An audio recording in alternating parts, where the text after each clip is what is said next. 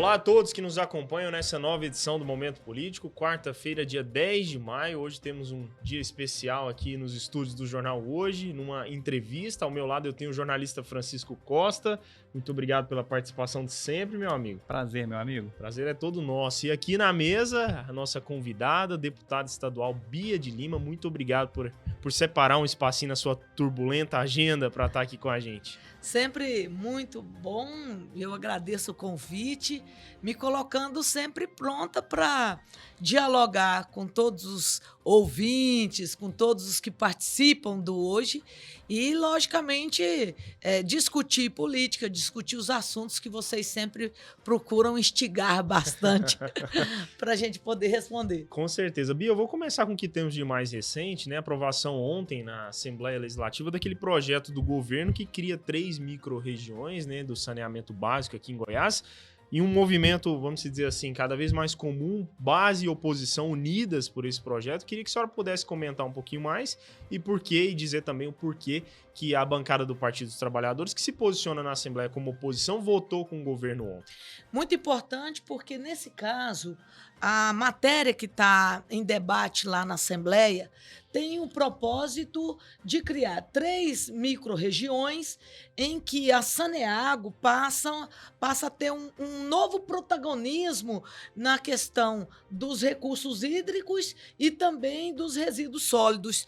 Nós precisamos, mais do que nunca, discutir esse ponto, porque nós entendemos que a riqueza de um país, as pessoas ali no município, têm que saber que água que está bebendo e para onde vai o esgotamento sanitário.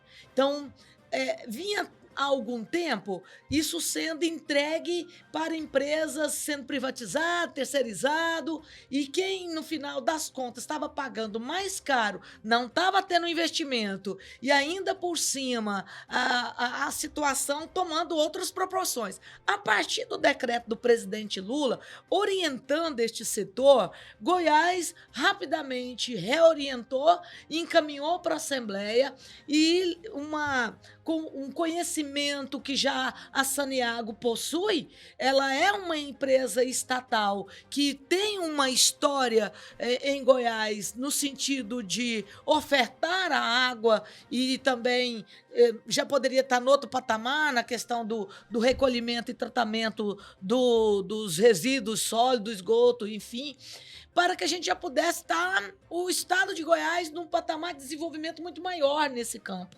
Mas, como em governos outros, acabou que vinha naquela tentativa de privatização da Saneago.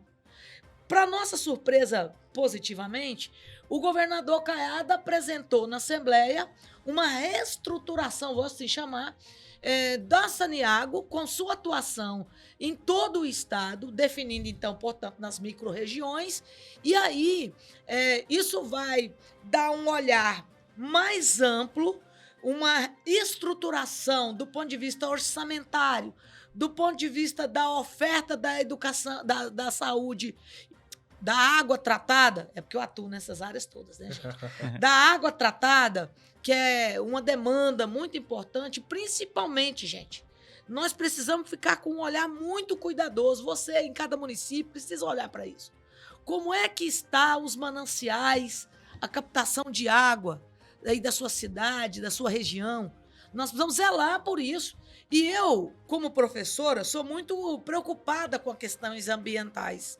E não tem outro caminho se não for fortalecendo uma empresa que vai ter um cuidado, que vai ter não só um cuidado com a captação e oferta da água tratada, mas também como o tratamento do saneamento, que é caro. Isso é algo caro. Então, não adianta você achar que você vai deixar isso por conta do município e ele vai dar conta. Ele vai entregar para uma empreiteira que, por sua vez, vai querer ter ali lucro e não oferecer efetivamente o tratamento ideal, adequado e mais barato para a população. Então, com esta visão de quem estudou o projeto de lei, e principalmente compreendendo tudo isso, não é uma questão, digamos, política partidária.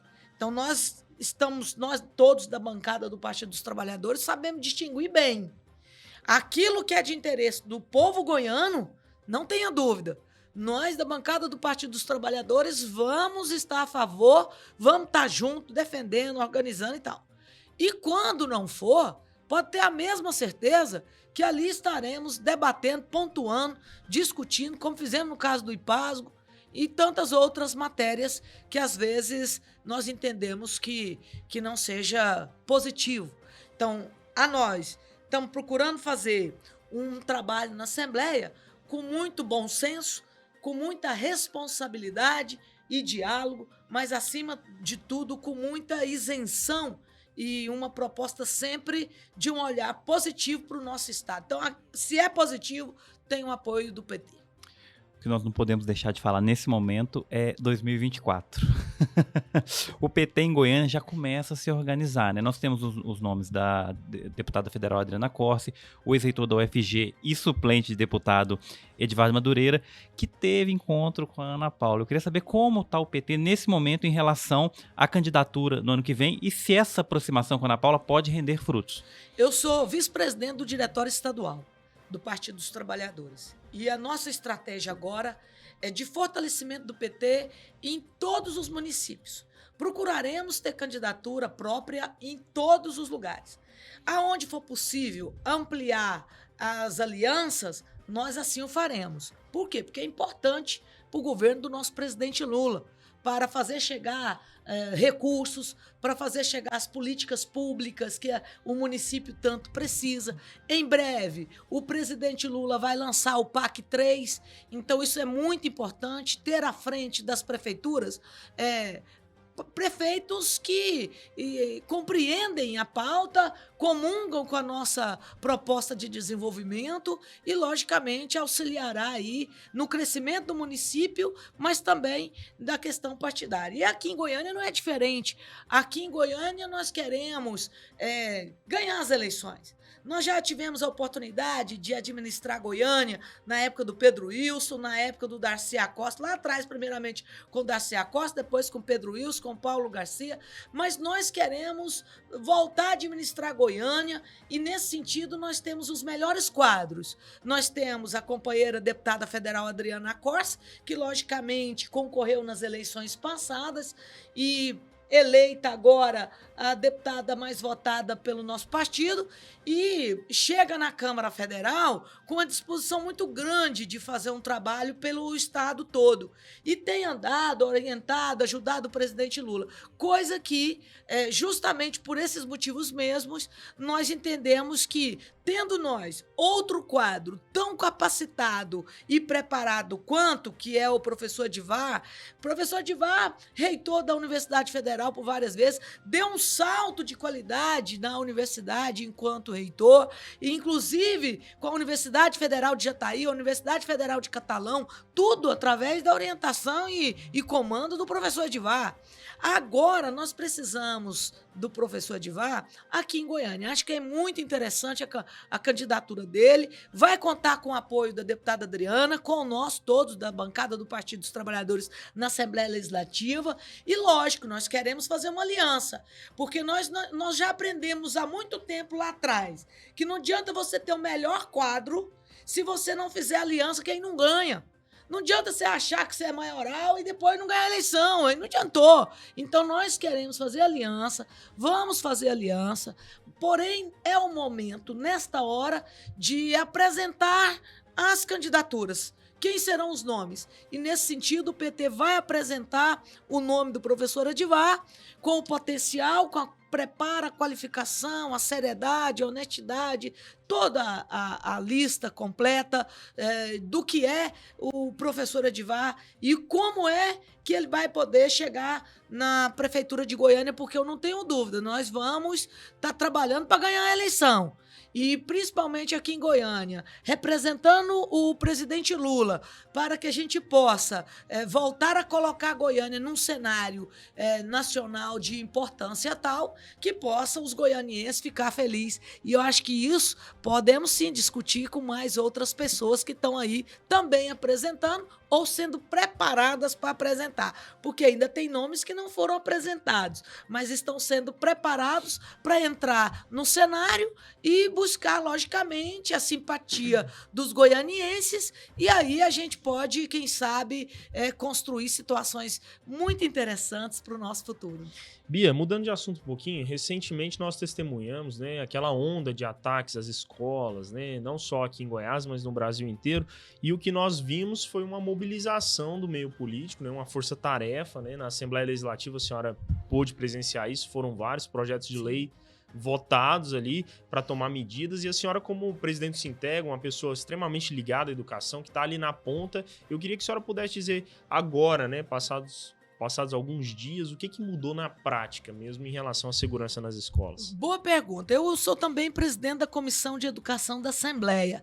E, nesse sentido, todas as propostas ali apresentadas, seja do governo, seja dos deputados, nós soltamos muitas propostas, e também do presidente Lula, que vai fazer um investimento na ordem de mais de 3 bilhões nesse campo do olhar e trazer a escola a estar em segurança. Então, o momento hoje exige isso. Não é uma coisa passageira, mas é algo extremamente urgente. Para tanto, temos muitas propostas. Algumas eu sou preocupada, né? Essa coisa aí de não se valer disso para querer colocar policial em tudo quanto é escola, querer militarizar todas as escolas, eu sou contra isso. Eu acho que nós precisamos de que a segurança pública faça o seu papel de conferir segurança não apenas às escolas, mas à sociedade. E nós, da educação, temos efetivamente alguns instrumentos que confira condição do professor que está ali, dos estudantes, poder saber que vai estar num ambiente de paz. E aí a cultura da paz é algo que nós precisamos estimular. Porém, infelizmente, nessa mesma seara aí, tem trafegado situações muito adversas, gente colhendo frutos, outros muito desagradáveis, estimulando uma onda de denuncismo a professores que vai no contrapé, vai na contramão, vai no sentido muito mais de se valer disso, de ganhar dinheiro e notoriedade individual, do que efetivamente ajudar a educação. Então, nós somos contra esses parlamentares que usam de plataformas para ficar estimulando o denuncismo contra o professor, e principalmente os professores estão ficando muito preocupados em como vão oferecer o conhecimento, porque aí fala, não posso dar essa matéria, porque como é que a pessoa vai compreender esse assunto, esse conhecimento, essa disciplina? Então, tudo isso nos preocupa. Acho que nós, da educação, estamos atravessando um momento extremamente difícil. Difícil do ponto de vista da segurança, difícil do ponto de vista da valorização. Estamos sendo atacados de todos os lados. Qualquer pessoa se arvora no direito de dizer que o professor está certo, está errado. Ora, ele não é professor. Ele não sabe do que está sendo tratado ali. O contexto, o conhecimento. Aí todo mundo começa nas redes sociais ficar atacando o professor. Nós estamos tendo professor sendo demitido por conta disso. Olha que absurdo. Então, por quê? Porque desconhece o conhecimento que está sendo ensinado. Não dá para a gente ficar preocupado hoje, como estamos todos na educação, e é preciso oferecer pluralidade do conhecimento, diversidade, a escola ser espaço para conhecer, para ampliar, para discutir, para aprofundar, para a pessoa poder estudar todo tipo de conhecimento. Não dá para você ficar tendo o cerceamento desse ou daquele outro conhecimento. Então, isso tudo nos preocupa, como também. Eu vou dizer uma coisa aqui. Eu estou muito preocupada e acho que em breve nós teremos um apagão na educação. Um apagão de professor. A juventude não quer mais se preparar para ser professor. Ninguém está querendo ser professor mais. Por quê? Além de não ter respeito social, valorização profissional, salário digno, carreira, perspectiva para poder a pessoa se dedicar e poder falar, não, eu quero dedicar minha vida profissional a isso. Ninguém mais. Vai hoje fazer uma enquete lá no ensino médio para ver se alguém quer ser professor. Não quer. Não quer. Então, nós estamos muito preocupados porque os melhores cérebros não estão optando pelas licenciaturas. Então, a tendência hoje, e com essa onda de ataque, e não estou falando de ataque só do ponto de vista da violência da juventude, de atacar escolas e crianças, não é só disso que eu estou preocupada, não. Eu estou preocupada muito mais com a onda de atacar professores, sabe? Ficar cerceando, fiscalizando, policiando o trabalho do professor. Ora, se hoje na sala de aula você tem câmera de tudo quanto é canto, né? Filmando o professor para saber o que ele está ensinando, esse policiamento.